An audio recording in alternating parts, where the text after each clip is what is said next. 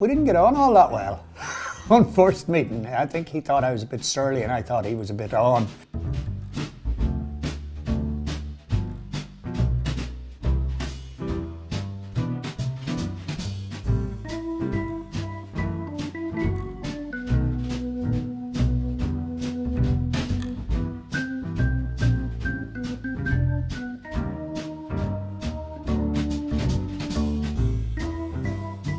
Myself and Jim Lockhart were musical directors of the live mic, and then we had a bigger input into the live mic as well as sketch writers and stuff like that. Basically, we would do anything we were offered at that stage. I mean, we just left our band. We were trying to figure out what we did next. Dermot was at that point was doing the Father Trendy thing, and he was very.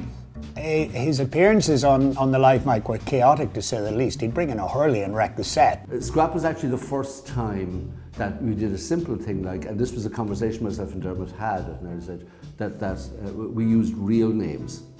So that people were listening to the radio for the first time, hearing people talking to each other, and now we have Eamon Dunphy, not Ramon Smumphy, you know what I mean? Not some funny kind of makey-uppy name. Here we are now, Eamon Dunphy was going to talk and do the thing. So the effect of that, I think, was really particular. He was a brilliant mimic and a brilliant impressionist, but he didn't just do impressions. He was a very smart guy, he was very well read, and so, you know, if he was doing Eamon Dunphy and Johnny Giles, let's say, and he was brilliant at both of them, it would be, Dunphy would be Thomas Aquinas and Giles would be Immanuel Kant.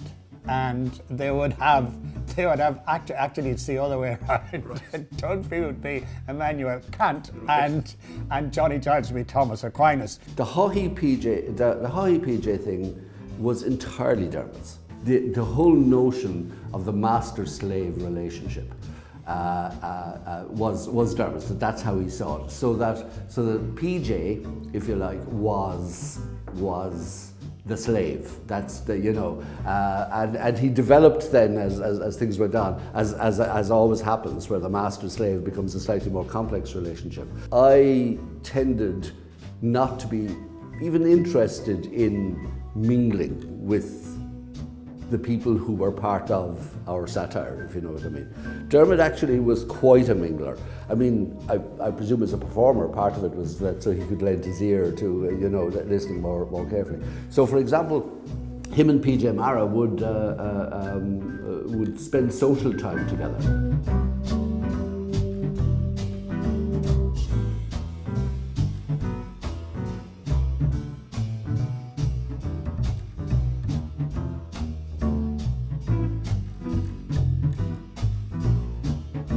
One of the problems that Dermot had with television was the kind of long-term planning that any TV show takes. You can't put it together in a week. You just can't, you know.